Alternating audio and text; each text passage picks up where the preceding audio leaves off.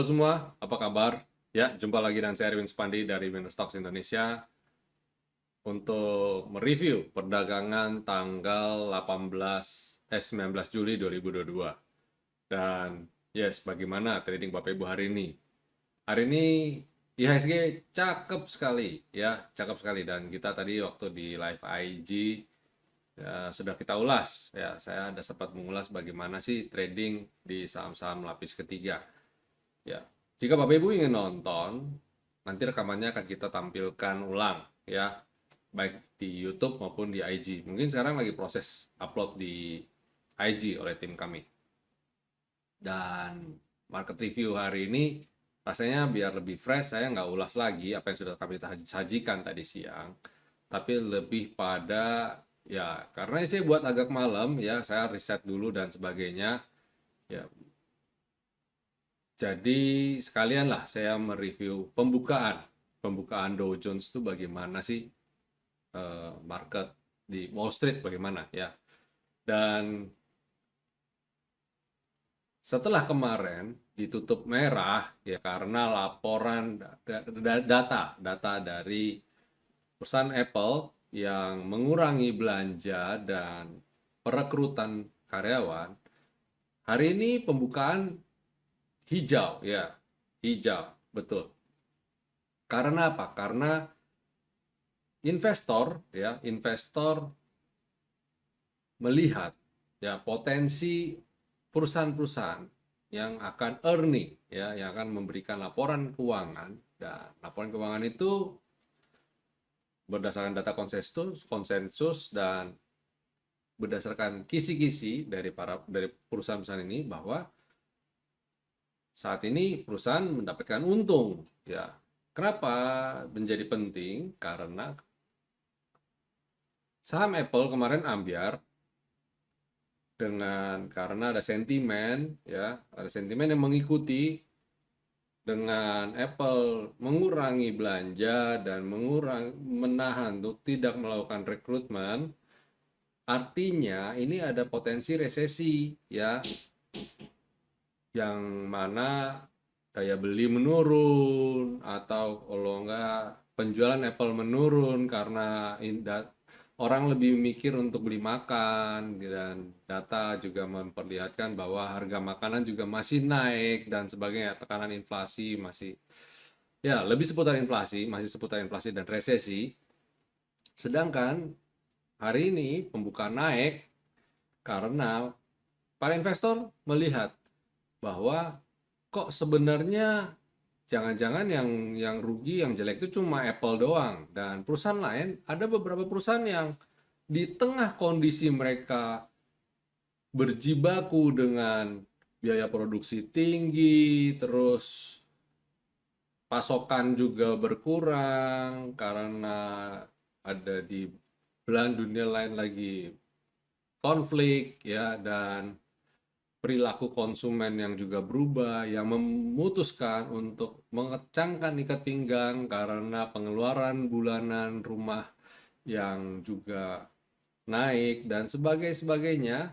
Nah, di luar ekspektasi ternyata perusahaan-perusahaan masih membukukan profit.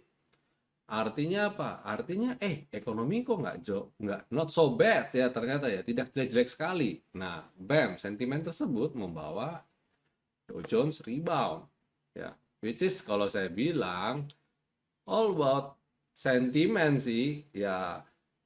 Sama halnya ketika kemarin penutupan tiba-tiba rame-rame turun gara-gara Apple merilis data yang kurang bagus, dan hari ini pembukaan juga rame-rame naik karena ada isu yang mengatakan banyak perusahaan masih untung kok. Jadi all about sentiment, dan itulah market ya. Makanya saya selalu mengajak kepada teman-teman semua ya, daripada kita mengedepankan telinga kita untuk trading ya, kita seringnya dengar gosip, seringnya dengar kata orang ini, kata orang begitu. Saya ajak semua untuk lebih melihat pada data yang jauh lebih ya, walaupun ya better lah ya dari sisi teknikal ataupun fundamental. Bukan cuma sentimen-sentimen saja. Ya. Kenapa saya bilang sentimen? Karena saham Amerika yang malam ini ya pembukaan ini hari ini naik, BAM, sentimen yang mengerek mereka naik. Karena apa? Ini mulai masuk musim earning, memperlihatkan kinerja emiten saham-saham perusahaan ini yang di kuartal kedua. Sudah dirilis belum? Belum dirilis. Baru kisi-kisi. Kan tadi saya sudah bilang. Bocoran-bocoran. Kita kayaknya untung loh gitu. Cuma berdasarkan begitu, oh sini untung, itu untung. Yang lain ada beberapa mengemukakan kalau mereka kemungkinan memberikan keuntungan. Akhirnya tiba-tiba sentimen diwarnai dengan sentimen positif. Tiba-tiba BAM naik lah. Datanya udah rilis belum? Ada yang sudah, ada yang belum. Tapi masih banyak yang belum. Nah, jadi semua like based on sentiment aja. Hati-hati dengan kondisi market yang bergerak dalam kondisi seperti ini.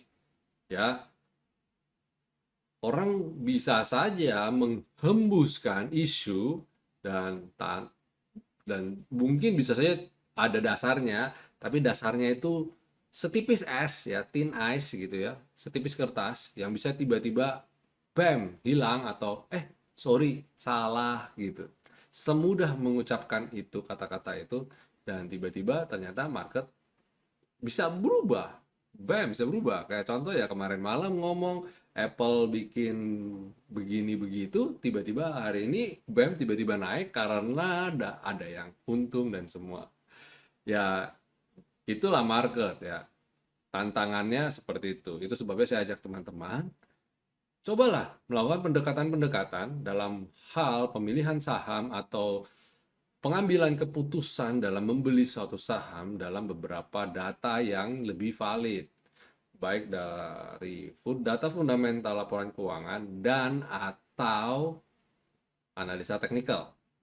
Dan itulah Winner Stocks hadir ya, kita memberikan pembelajaran bagaimana sih seharusnya melihat bagaimana cara menganalisa menggunakan analisa teknikal dengan cara yang mudah.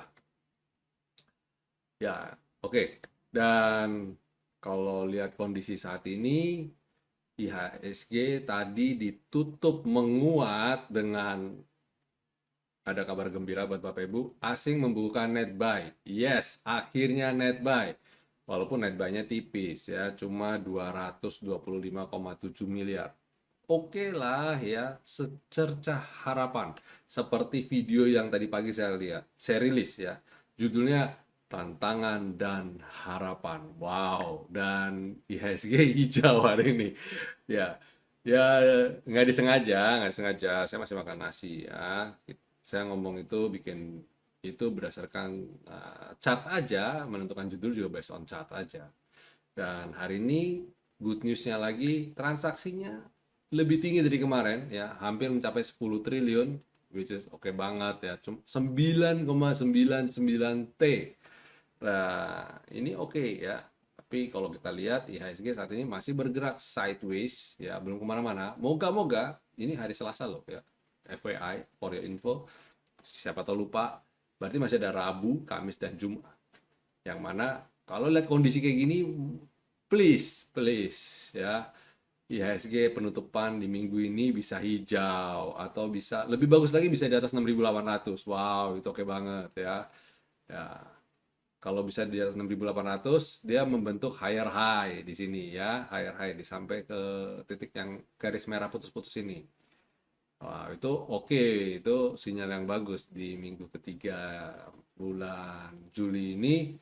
IHSG bisa memberikan rapot positif. Besok minggu keempat loh ya, minggu depan minggu keempat dan habis itu masuk bulan Agustus.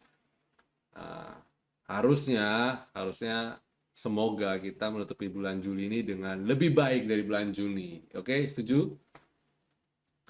Ya, itu IHSG. Jadi kalau lihat, moga-moga lihat kondisi seperti ini, besar kemungkinan ya, ini kita nggak ada yang pasti ya, besar kemungkinan jika malam ini nanti besok pagi maksud saya Dow Jones ditutup hijau, itu itu akan memberikan dampak positif kepada IHSG. Harusnya juga ikut hijau ya.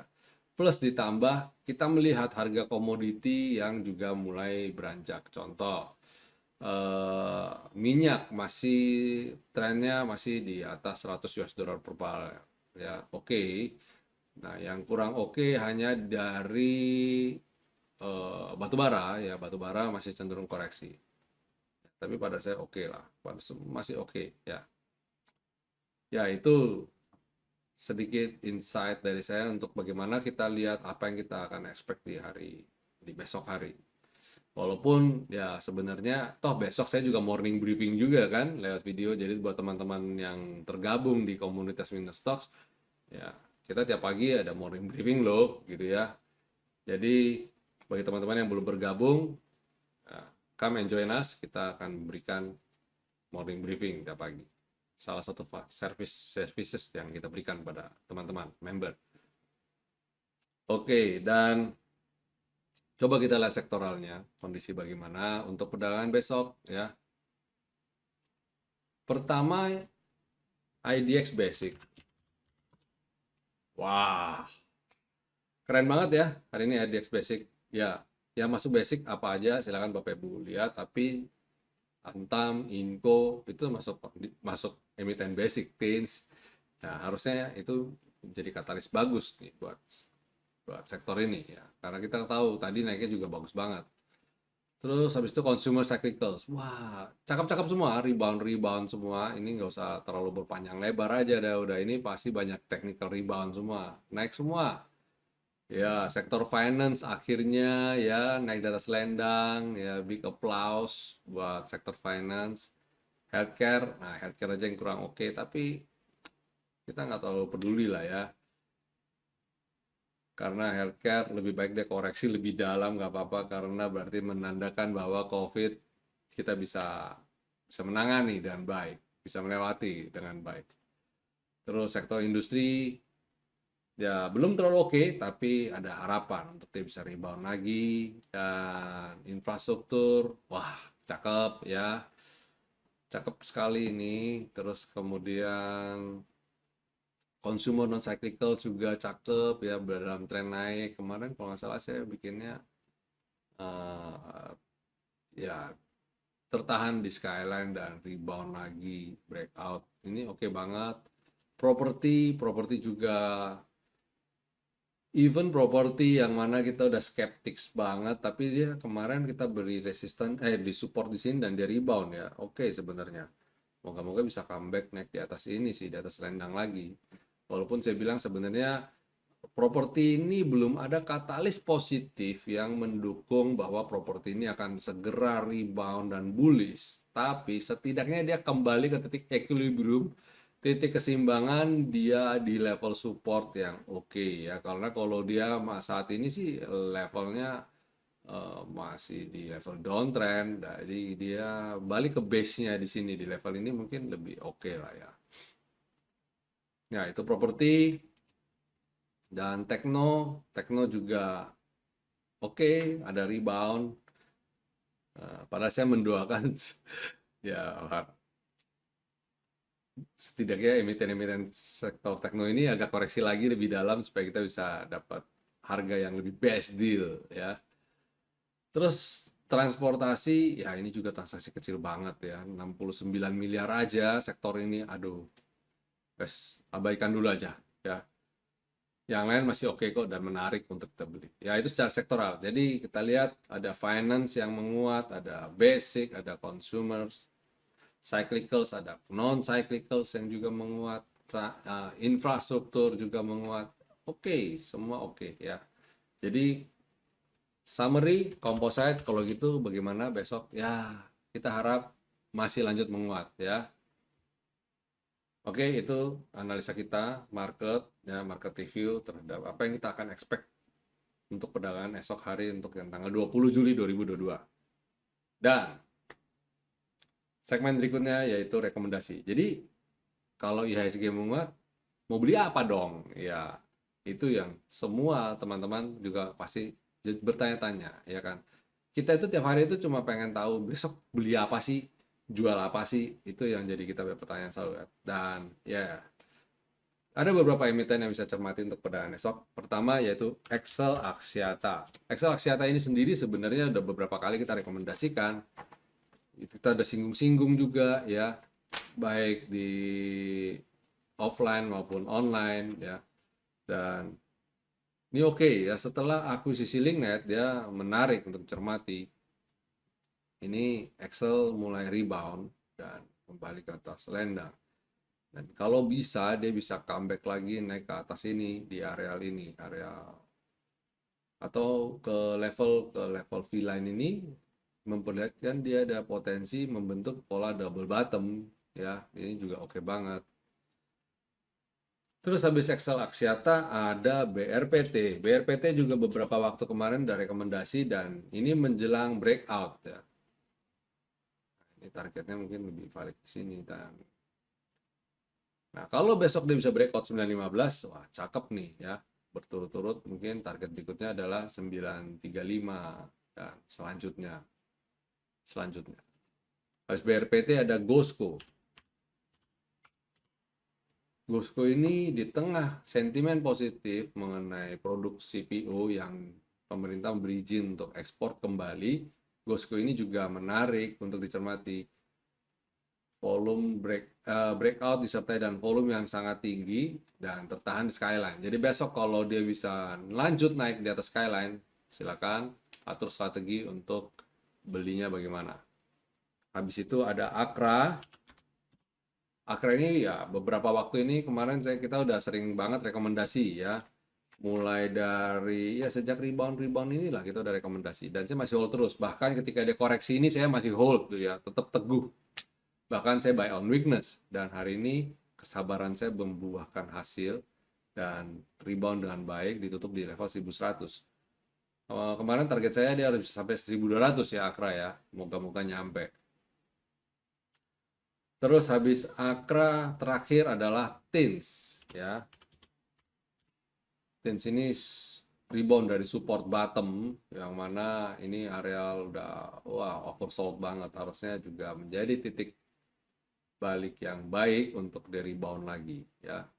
Ini TINS kita. Dan yang lain mungkin lihat Bapak Ibu lihat ada beberapa komoditi yang juga rebound ya, silakan diatur strategi untuk entry aja, kayak tadi ada Inco, Antam dan lain-lain, silakan aja ya. Oke. Itu rekomendasi kita untuk perdagangan tanggal 20 Juli 2022.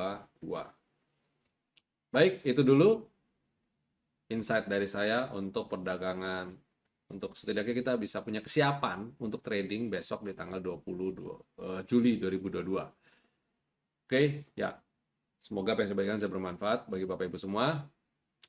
Jangan lupa untuk subscribe dan tekan tombol loncengnya. Dan jika Bapak Ibu merasa mendapat manfaat dari video-video kami, silakan share. Ya, sehingga semakin banyak yang tahu, semakin banyak yang mengenal channel ini dan semakin growth, semakin berkembang. Baik, sampai di sini dulu semuanya. Semoga besok marketnya hijau lagi. Oke, sampai jumpa. Stay safe, stay healthy, happy cuan, and God bless you all.